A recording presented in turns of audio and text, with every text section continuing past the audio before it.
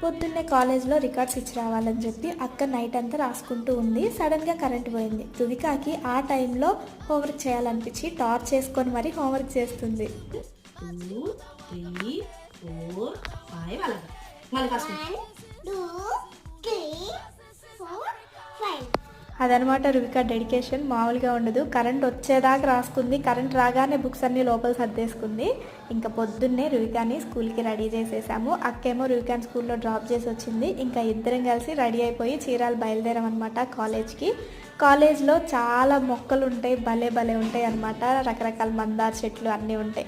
నేనైతే స్పెషల్లీ వాటి కోసమే వెళ్ళాను. ఇంకా అక్క రికార్డ్స్ ఇచ్చేసిన తర్వాత నేను నాకు కావాల్సిన మొక్కల వరకు కొన్ని తీసుకున్నా. ఇంకా అవన్నీ తీసుకొని మా పెద్దక్క వాళ్ళ ఇంటికి వెళ్ళిపోయాము. ఇంకా ముగ్గురం కలిసి చాలా రోజుల తర్వాత కలిసాం కదా, చాలాసేపు అలా మాట్లాడుకొని ఇంకా ఈవినింగ్ ఇంటికి వెళ్ళామన్నమాట. ఇది మినీ వ్లాగ్. నచ్చితే లైక్ చేయండి.